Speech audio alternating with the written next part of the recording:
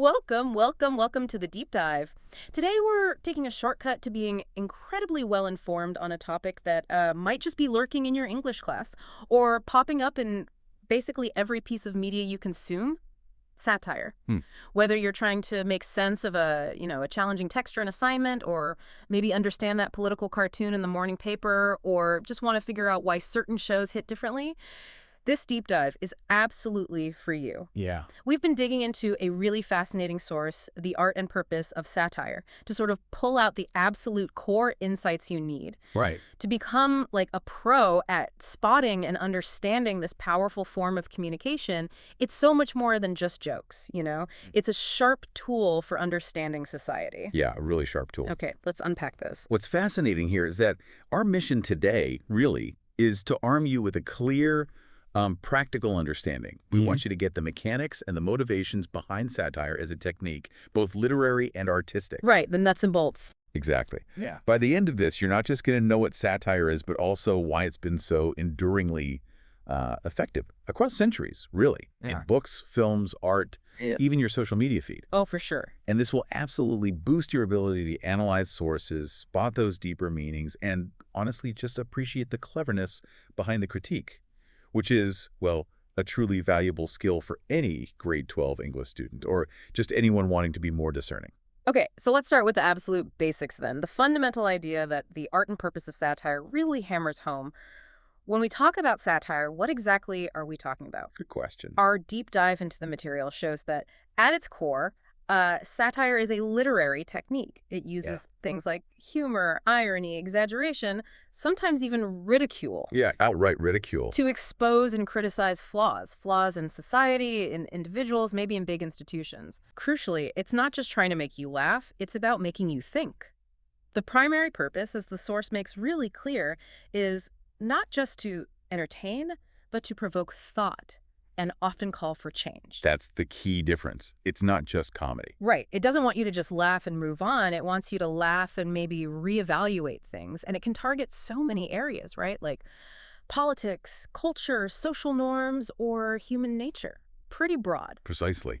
And think of it like this. It's almost like a kind of intellectual judo. The author points out how it works by presenting something that seems absurd, maybe wildly exaggerated. But underneath that funny surface, there's a very serious, often uncomfortable point being made. It's this unique blend, bringing comedy and sharp criticism together to highlight issues that might otherwise be ignored or dismissed. So it sneaks past your defenses. Kind of, yeah. Imagine trying to tackle a really entrenched societal problem head-on, like with a serious lecture. People tune out. Satire finds another way in. It's subtle sometimes, but super effective, because it bypasses those defenses we put up. That makes so much sense, like a Trojan horse for ideas, almost.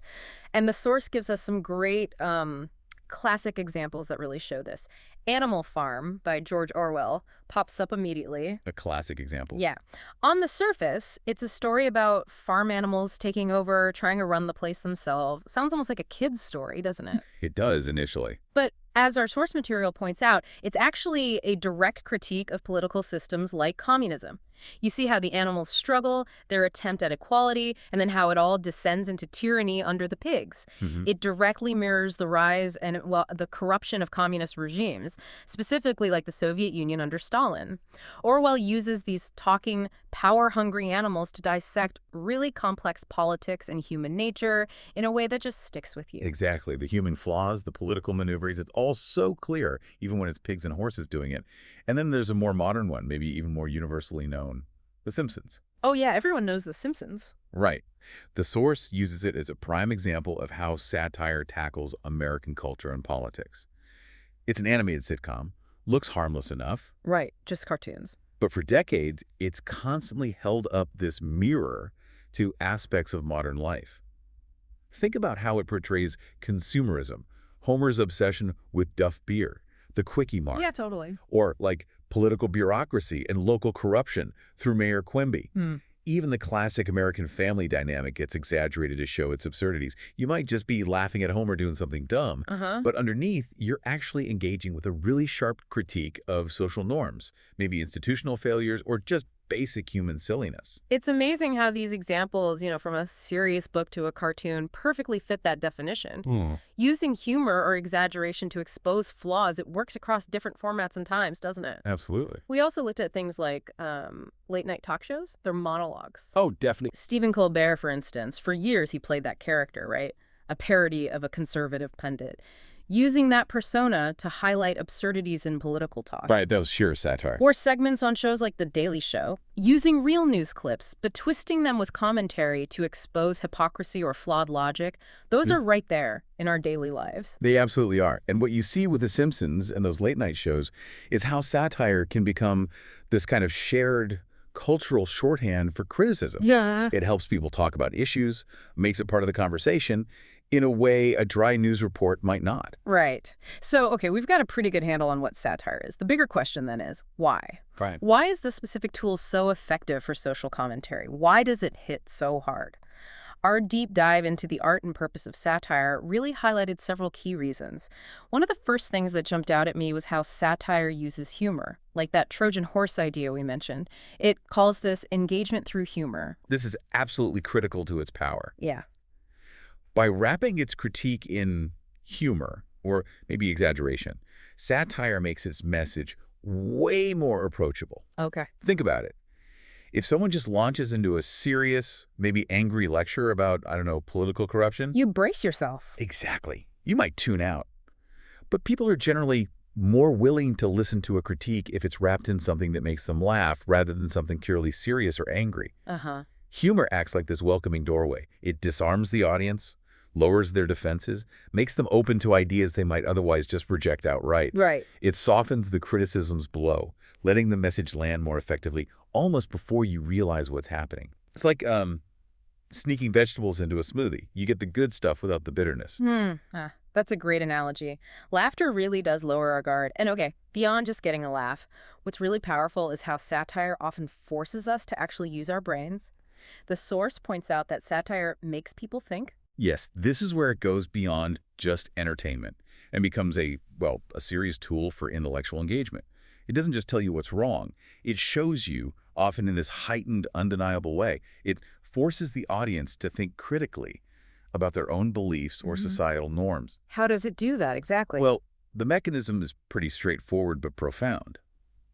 By showing the absurdity of certain behaviors or systems, when something we accept daily is exaggerated or taken to an extreme, suddenly the audience can see the flaws in a clearer, more obvious way. Imagine like a social media trend that's maybe a bit shallow or silly, but everyone's doing it. A satirical sketch might push that trend to such a ridiculous extreme that you, the viewer, suddenly see the underlying foolishness. Right, in a way that just saying that's dumb wouldn't achieve. Exactly. It's like putting a flaw under a microscope, but the microscope happens to be hilarious. And here's where it gets really interesting, especially when criticizing directly could be, well, risky. Our material makes a strong case for this idea of safe criticism. Oh, absolutely. This is a crucial reason for satire's historical and ongoing success. Our source explains that it's easier for an author or artist to criticize powerful figures or oppressive systems through satire because it doesn't directly attack those in power. Okay, that makes sense. Think about, historical periods with authoritarian rulers. Directly accusing a tyrant or a corrupt church could get you into serious trouble, prison, or worse. Yeah, dangerous. The satire offers a way around that. The humor or exaggeration can serve as a shield, making the critique less threatening while still making a powerful point. It lets the truth slip out, just veiled in comedy. So the target can't easily push back. Often, yeah. They might struggle to condemn it publicly, because if they do, they might accidentally admit the satire has a point, or they just look like they can't take a joke. It's clever, it's subversive, and honestly, often quite brave. Think about political cartoons. Right. They can absolutely skewer a politician or a policy, but because it's just a drawing, a caricature, it often sidesteps the direct confrontation that might lead to, say, a lawsuit or censorship. That's a powerful shield, definitely. A really cunning way to speak truth to power.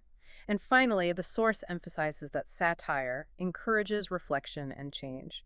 It's not just pointing fingers, it's aiming for something more. Absolutely. At its heart, satire often wants to inspire a shift, a reevaluation, maybe even real change. It's not just critique for critique's sake, it's trying to spark a response. By laughing at or mocking societal problems, it can open up a conversation that might lead to greater awareness and ultimately reform. So laughter leads to talking. It can, yeah.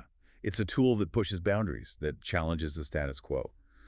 When we see the absurdity of something played out, political deadlock, environmental carelessness, social inequality, whatever it is, it can be the trigger for us to question it. In our own lives, or in the world. Like a wake-up call. Sort of. It might make us pause and think, wait, that's ridiculous, but is it really that far off from reality? And that moment of recognition, that spark of critical thinking, that's the first step towards wanting things to be different. If we connect this to the bigger picture, all these elements, the engagement, the critical thinking, the safety, the push for change, they all combine to make satire this incredibly potent force for commentary. Wow. It entertains, yes, but it also provokes, it protects the critic, and it actively nudges us towards thinking about a better way. So we've gone pretty deep into the art and purpose of satire, and hopefully you listening now have a much richer understanding of this technique. It's really clear that satire isn't just about making jokes or telling funny stories. Not all. As our source material wraps up beautifully, it's truly a powerful tool for questioning and critiquing the world around us. It doesn't just point out flaws, it shows us the absurdity of certain ideas, certain ways we behave, pushing us to think more deeply about problems in our society. So the next time you're reading that classic novel for English class, or looking at a political cartoon, or watching a comedy show, or even just scrolling online, you can actively look for satire. Try to spot it. Yeah. Understanding it will seriously enrich your analysis, not just of texts and media, but it'll make you a more critical, more insightful person, able to see past the laughs to the message underneath. And this raises an important question, maybe something for you to think about. The next time you encounter a story or a show or anything that makes you laugh, especially if it feels a little bit uncomfortable or makes you pause, ask yourself, what serious point is this humor trying to make about our world? And why might the creator have chosen this indirect, maybe surprising, satirical approach instead of just saying it straight? That's a great takeaway question. Engaging with stuff like that. Yeah. Asking those questions, that's a huge part of critical thinking. And it's a skill that'll serve you well, way beyond any classroom, just helping you navigate the complex information world we all live in today.